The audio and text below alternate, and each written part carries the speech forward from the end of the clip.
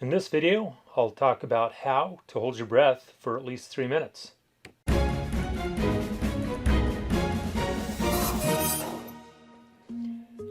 Not long ago, I was reading a book called Born to Run. It's by Chris McDougall.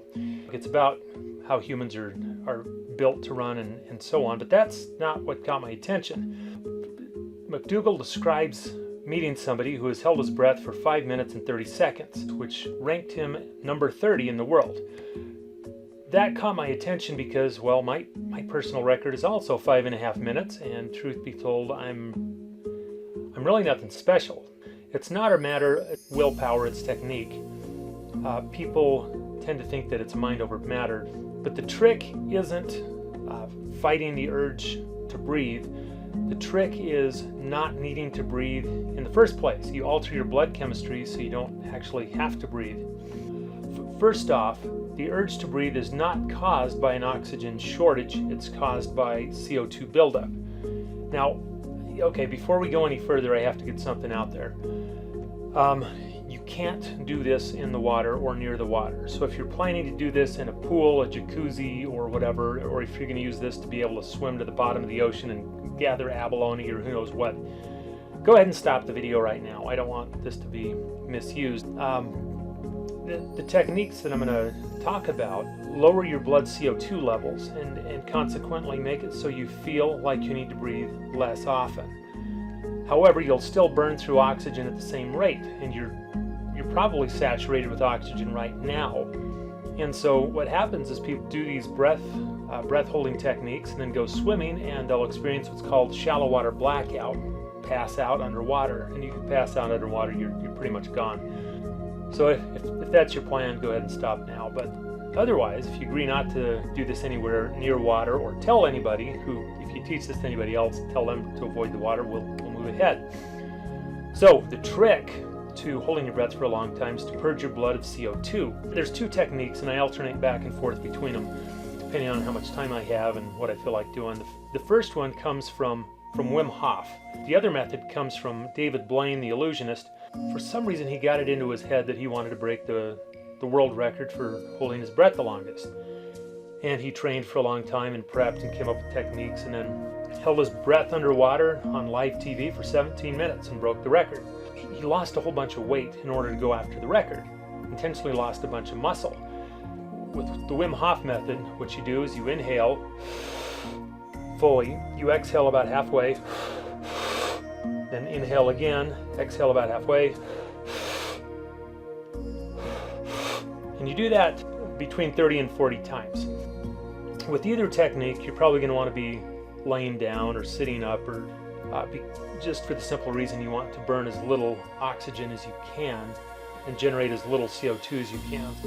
So anyway, after you've taken 35 breaths, blow your air out, and then you wait. You hit the stopwatch, and you see how long you can go. First time you do it, I wouldn't be surprised if you go longer than a minute, which for some of you may already be a personal best. And then, after you're done, take a few breaths just to recover, and then you repeat. By the time you've done it 3 or 4 times, you'll probably find that you're holding your breath for 2 minutes or longer. In my opinion, what happens is you get used to having higher levels of blood CO2. It's just easy to hold your breath longer. It becomes a little bit of a mental game. It's not so much that you have to breathe, it's you're bored. And so some techniques are go through all the letters of the alphabet and think of, for example, a TV character that begins with each letter. So for example, Alvin the Chipmunk, Barney the Dinosaur, and so on. Just something to keep your head busy. Follow the link to the exercises, and I'd be shocked if you don't do it for at least a minute the first time you do it. So why would you want to do this? The higher the CO2 level in your bloodstream, the more efficient your hemoglobin is at delivering oxygen to your cells, and you can actually improve your endurance. When I go hiking, for example, I don't breathe anywhere near as hard. If you have exercise-induced asthma, you won't run out of breath nearly as easy, and that's a story for another day. By the way, when you're doing this, when you're hyperventilating or doing the Wim Hof method, which is the inhale, partially exhale, and so on, you may feel some tingling in your extremities or your mouth or something like that. That's normal. Don't worry about it. You probably will feel lightheaded. The reason for that is, even though you're circulating plenty of oxygen, the lack of CO2 make the hemoglobin less able to deliver it, so you get a little lightheaded. Okay, so David Blaine's technique is a little bit longer. So first thing he has you do, and you do this first one for about 60 seconds, and that's inhale, hold for about a second, and then basically act like like you're leaking air through your teeth for about 10 seconds. So in for 2, out for 10, and then repeat until you've been doing that for about a minute. Then once you're done with that, you just plain old hyperventilate, etc. for about a minute and a half. And by the way, these are big inhales and you're blowing hard. And so you inhale hard, exhale hard, and just as fast as you can. So you do that for about a minute and a half. And then when you finish, you take a last big breath and you hold it. You take a big inhale and hold it for a minute and a half. When you're done with a minute and a half, you take 3 recovery breaths. Basically go through the same process again. There's going to be a video that walks you through the full thing. The second time after you've done it, you hold your breath for 2.5 minutes, and you'll be surprised that you're actually able to do it. Then you do it a third time, and this time it's longer. Details in the other video. Do the hold and release for about 2 minutes. You hyperventilate for 2 minutes, and then you hold it for as long as you can, and that's when you go for your record. I live at about 5,000 feet elevation, and I can typically go for about 4.5 minutes. When I go to sea level, that's when it gets fun, because you're dealing with higher oxygen levels and your hemoglobin is still set for 5,000 feet elevation. So that's when I set my record. I was in Plymouth, England on a work trip.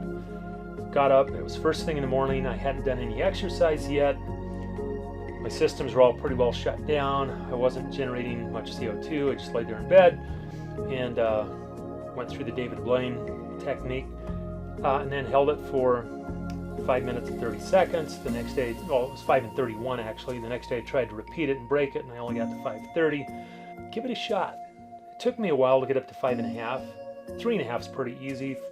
4.5, then you gradually get used to longer levels. Give it a try. You can't not show some improvement. You want to follow the links because you'll be amazed at what you're able to do. As always, leave questions and comments below.